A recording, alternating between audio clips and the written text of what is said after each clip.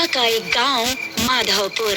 ये महीना जनवरी का था और रात के तकरीबन 10 बजे थे। रात के सन्नाटे में झिंगुरों की आवाजें माहौल को थोड़ा डरावना बना रही थी।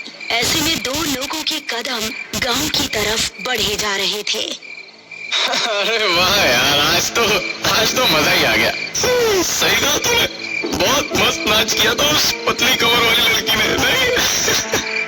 अरे यार, काश वो हमारे गांव में भी होती तो पूरा जंगल पार करके उसका प्रोग्राम देखने दूसरे गांव नहीं जाना पड़ता। अरे यार, कदम तेज तेज बढ़ा। मुझे तो ये सोचकर डर लग रहा है कि घर पर क्या बहाना बनाएंगे। अरे हम कुछ ही मिनटों में गांव पहुंच जाएंगे। वो देख, वो कच्चा रास्ता आ गया। उसकी बात सुनकर महेश ने उस कच्चे रास्ते की तरफ देखा जिस तरफ कोई नहीं जाता था।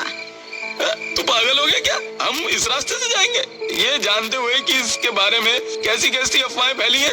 अरे तू भी ना महेश, खुद ही अपने मुंह से कह रहा है कि अफवाह फैली है और फिर डर भी रहा है। मेरी बात मान, इस रास्ते से चलते हैं। 5 मिनट के अंदर हम गाँव में होंगे, वरना बड़े रास्ते से जाएंगे तो 1.5 घंटा लग जाएगा। उसकी बात सुनकर महेश ने एक बार फिर से उस कच्चे रास्ते की तरफ देखा। वहाँ पर इस समय मौत का सन्नाटा छाया हुआ था। अरे चल यार, डरता क्यों है, मैं साथ हूँ ना।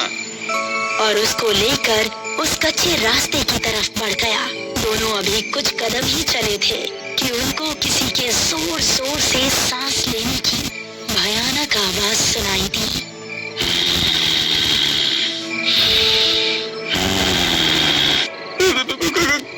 कौन है? अरे यार, डरता क्यों है, कोई कुत्ता ही होगा। रमेश अभी आगे चला ही जा रहा था कि तभी उस आवाज के साथ उसको किसी के कदमों की भी आहट सुनाई देने लगी। मैंने कहा था ना, यहाँ से जाना ठीक नहीं है। अबे तू मुझे भी डरा रहा है। देख, अंधेरा भी बहुत ज्यादा है, कुछ नजर नहीं आ रहा। अब बस हम दोनों अपने कदम गांव पहुंचकर ही रोकेंगे। तभी महेश की आंखें फटी रह गई। उसको रमेश के ठीक पीछे 2 लाल चमकती आंखें नजर आ रही थी। तेरे पीछे? अबे कौन है मेरे पीछे? रमेश ने जैसे ही पलटकर पीछे देखा, किसी ने उसका पैर पकड़ा और उसको झाड़ियों में खींच कर ले गया। महेश, बचाओ मुझे, महेश! वो बिजली की रफ्तार से रमेश की आंखों से ओझल हो गया। रमेश के डर का कोई ठिकाना नहीं रहा। वो दिल में बस खौफ लिए तेजी से गांव की तरफ दौड़ने लगा और जब तक वो गांव नहीं पहुंच गया, उसने अपने कदम नहीं रोके।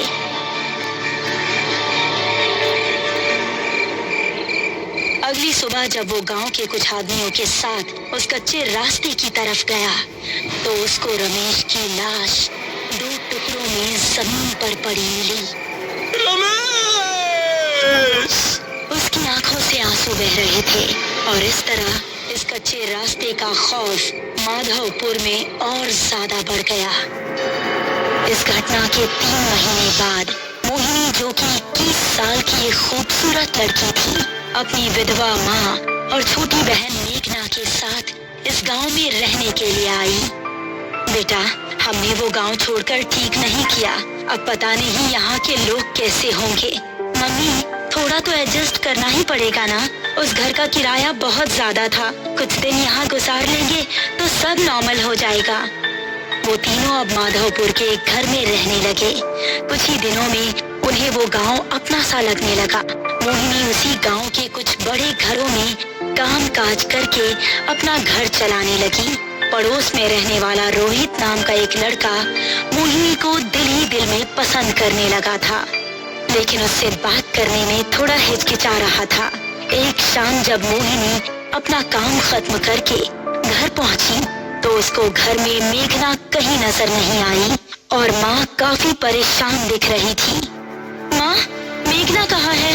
वो दोपहर के वक्त टहलने निकली थी, लेकिन अभी तक घर नहीं लौटी। मैंने आसपास पता भी किया, लेकिन वो कहीं नहीं है। मुझे तो अब बहुत डर लग रहा है, पता नहीं कहाँ होगी वो। अरे माँ, आप डरिए मत, मैं अभी उसको ढूंढ कर ले आती हूँ। इतना कहकर मोहिनी घर से निकली और आसपास के इलाकों में देखने लगी, लेकिन उसको मेघना कहीं नजर नहीं आई। फिर घर वापस आते वक्त उसकी नजर उसी कच्चे रास्ते पर पड़ी। हर जगह देख लिया लेकिन कहीं नहीं मिल रही। अब तो बस यही एक जगह बची है। हो सकता है कि वो यहीं पर हो। उसको जंगल जाना बहुत पसंद भी है। ऐसा कहकर वो उस रास्ते की ओर बढ़ गई। दोनों तरफ घना जंगल और उसके बीच से निकलता हुआ वो कच्चा रास्ता। अंधेरा होने पर वो बहुत ही भयानक लग रहा था, लेकिन छोटी बहन की तड़प उसको उस रास्ते की तरफ खींच कर ले गई। मेघना, क्या तुम यहाँ हो? उसको जवाब में मेघना की आवाज तो नहीं आई, लेकिन वही सांस लेने की आवाज आने लगी।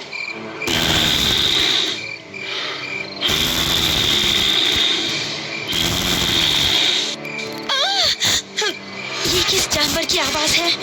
मेघना प्लीज, अगर तुम यहाँ हो तो कोई जवाब दो। अब वो डरती डरती तेज तेज कदम बढ़ाने लगी।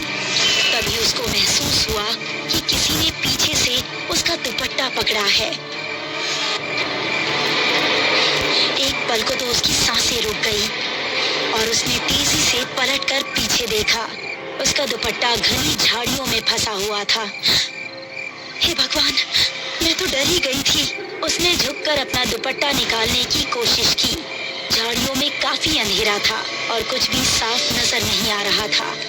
तभी वो सांस की आवाज और भी तेज होने लगी और झाड़ियों से एक हाथ निकला जिसने उसका पैर पकड़ लिया। कौन है? छोड़ो। वो अब बेहद डर गई थी और अपना पैर छुड़ाकर तेजी से वहां से भाग निकली। उसको लग रहा था कि जैसे कोई उसका पीछा कर रहा हो, लेकिन उसकी हिम्मत नहीं हुई कि वो पीछे मुड़कर देखे। वो घबराती हुई ऐसी भागी कि सीधा वो जाकर अपने घर के अंदर ही रुकी। अरे मोहिनी बेटा, क्या हुआ? इतनी डरी हुई क्यों हो? मोहिनी कुछ बताती इससे पहले ही उसकी नजर मेघना पर पड़ी, जो कि उसी को देख रही थी। मेघना, कहाँ थी तुम? पता है हम कितने परेशान थे। दीदी माफ कीजिएगा, हमारी एक नई दोस्त बनी है, हम उसी के घर पर थे। मोहिनी को मेघना को घर में देखकर थोड़ा सुकून मिला, लेकिन उसके साथ जो हुआ था वो उसके दिमाग में अभी भी घूम रहा था। रात को मोहिनी अपने कमरे में सो रही थी तो उसको वही सांस की आवाज सुनाई देने लगी।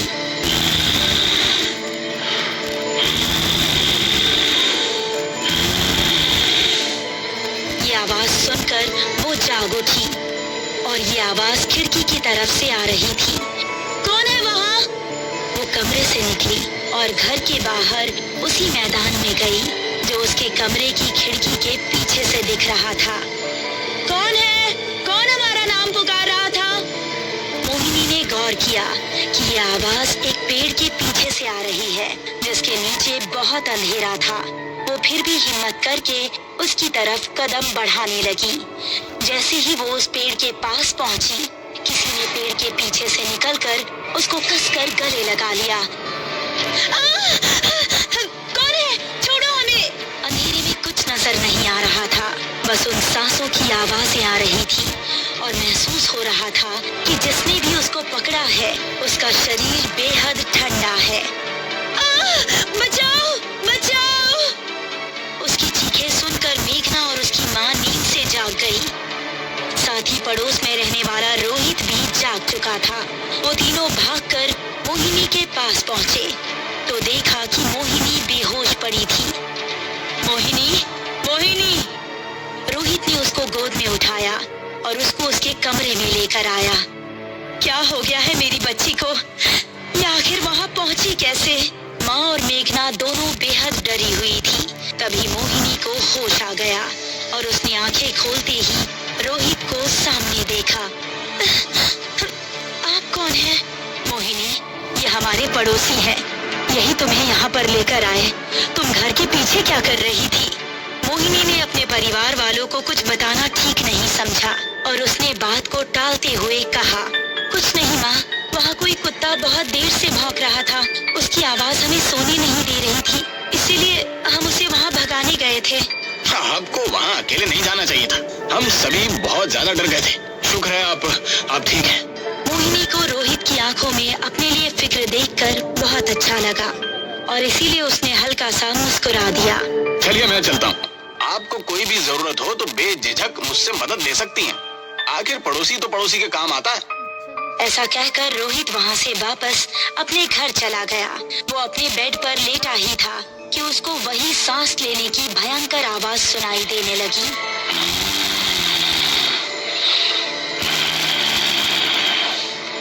ये आवाज कैसी है? रोहित, रोहित, कौन है?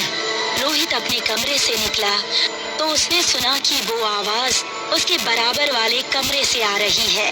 वो कमरे में पहुंचा तो पाया कि वहाँ पर कोई नहीं था, लेकिन वो आवाज आ रही थी। रोहित, रोहित, कौन है? जरा इधर आकर देख, मैं कौन हूँ? आवाज एक अलमारी के अंदर से आ रही थी। अब रोहित के चेहरे पर डर दिखने लगा। उसने गौर किया कि वो आवाज अलमारी के अंदर से ही आ रही थी। तुम जो भी हो, ये मजाक बिल्कुल अच्छा नहीं है। ऐसा कहकर रोहित गुस्से में अलमारी की ओर बढ़ा। उसने जैसे ही अलमारी का दरवाजा खोला तो उसके चेहरे का गुस्सा खत्म हो गया और आंखों में खौफ उतर आया। तभी एक भयानक लाल हाथ बाहर निकला और अलमारी का दरवाजा बंद हो गया और रोहित के चीखने चिल्लाने की आवाज अलमारी से बाहर आती रही।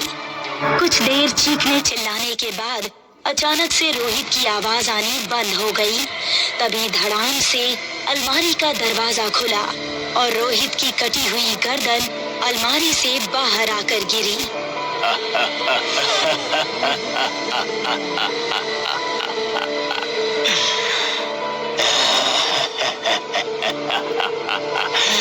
मोहिनी सिर्फ मेरी है, सिर्फ मेरी। आखिर क्या है उस कच्चे रास्ते का राज? वो भयंकर सांसें किसकी है और कौन है जो लोगों की जानें ले रहा है? मोहिनी की जिंदगी में अब आगे क्या होगा? इन सभी खौफनाक रहस्यों से पर्दा उठेगा इस कहानी के अगले पार्ट में।